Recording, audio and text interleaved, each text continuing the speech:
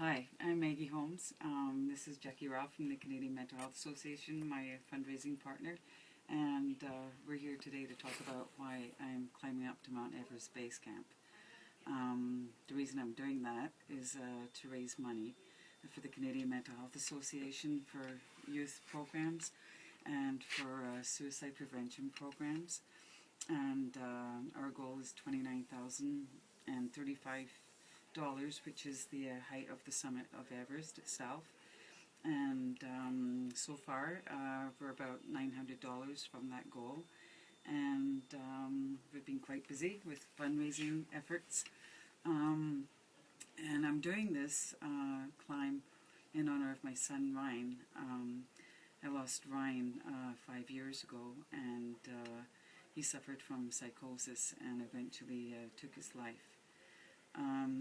Ryan was a great, wonderful kid. He was generous to fault, and I'm doing this climb in honor of him and to continue his generosity with the funds that will go out to help other kids and their families in trouble.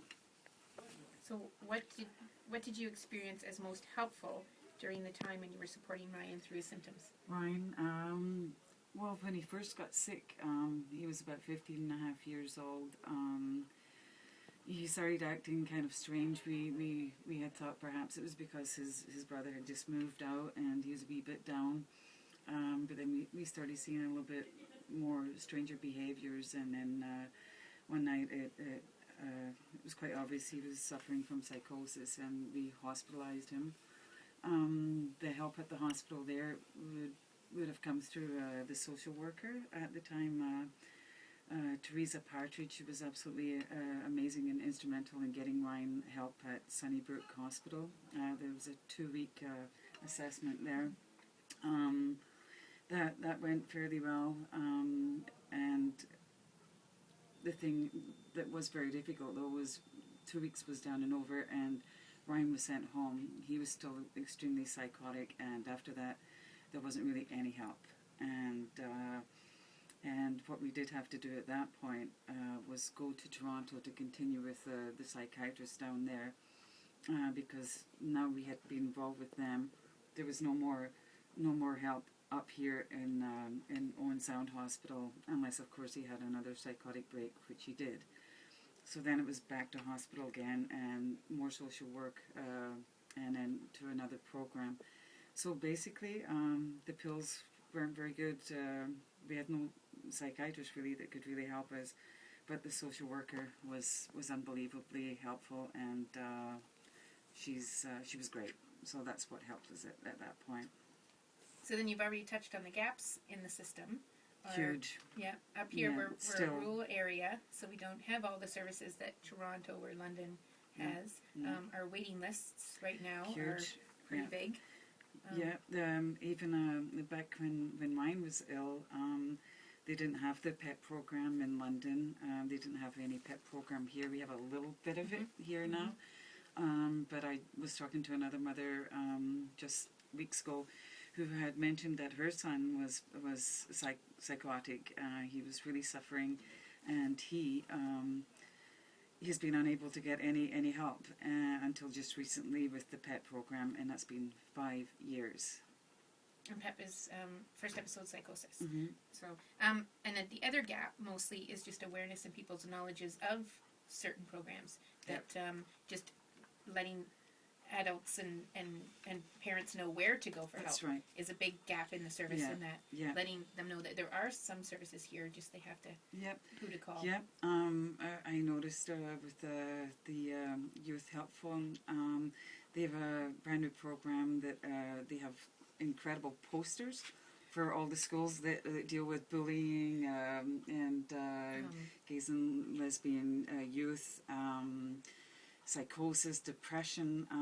That's a great movement, and all schools should have that everywhere, just so that kids know they're not alone. And of course, Mind Your Mind, a great social site for kids who can remain anonymous if they're afraid of what people think of them. So, and it's a way to get them talking about what's absolutely happening. So that's wonderful, and I know that would have been so helpful if it was available back when Ryan first got sick. So then, speaking of services, what can frontline healthcare workers do to be part of the solution? And we're so excited to announce that. Yep. Well, I'll leave this one to you. Yeah. Right. We're really excited to announce we had a meeting with service providers in Grey and Bruce. Yep. There's school boards, the colleges, folks from the hospital came down from other services, youth services, and we're really excited to say that in Grey and Bruce, thanks to Maggie's starting the ball rolling, we will have people trained on mental health first aid in our area, so that there'll be so many people in the area that will know how to recognize the signs and symptoms and how to offer mental health first aid until professional help can be available. So that is really exciting for our area. It's and brilliant. It's incredible. It's a huge achievement, and we're blessed with that. It's one huge achievement, one goal down. Yeah, which is awesome. And how can people get involved in what you're doing? Well, I have a website, www.climbingtoconquer.com. There's a donate button there. I'm very, very close to my goal of 29,035. People can go online, they can check out my resources page, see what we're up to, what the climb's all about, and they can donate. And they get tax receipts. And the other thing people can do is go on your website to learn about resources, services, about stigma, and how stigma stops people from getting the help that they need. That's right. That's the biggest part, is getting people aware and learning about mental illness. Absolutely. Not to be not to associate it with being afraid of people. I mean, that's one of the worst things. So if someone has bipolar or schizophrenic, not to back away from them, but to offer assistance and support. And it's not just the family that needs to be there. The friends need to be there. The teachers need to be there. The teachers, everybody needs to gather around that individual and help. Absolutely. Instead of running. So that's 7 and 8. So 9. Many people call themselves survivors. What is your reaction to this? Are you a survivor? And we talked about, well, that's why you're climbing. Yeah, that's why I'm climbing. It's been 5 years.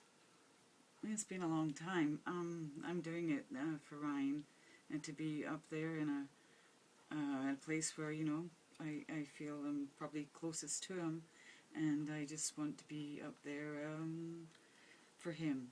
And that's what gets you going. That's what keeps me going. Yeah, that's what keeps me going. And his little daughter, Jason, that he never knew was going to come into the world at the time when we lost him, who's an absolutely lovely wee girl. She's gorgeous like her mama, and has Ryan's wonderful personality, and his sense of humor and his adventure. Oh yeah, the adventure. Yeah. He was a big snowboarder and a good artist. He designed this logo, which he wanted to put on snowboards and skateboards, and have his own clothing company. Well, his daughter is a fantastic artist too, and she's only 4, and she can draw very, very good. She can. Oh yeah, very good. Yeah. So I think we just, at this point, we say thank you to Mind Your Mind. Absolutely, thank you to Christine and Brian, and a shout out to Victoria, who's behind the camera. Yes, thank you, Victoria. And we hope that we've answered all your questions, and please, if there's any way you can help, you know where to find us. Yeah, climbingtoconquer.com. That's right. Yes. Thank you.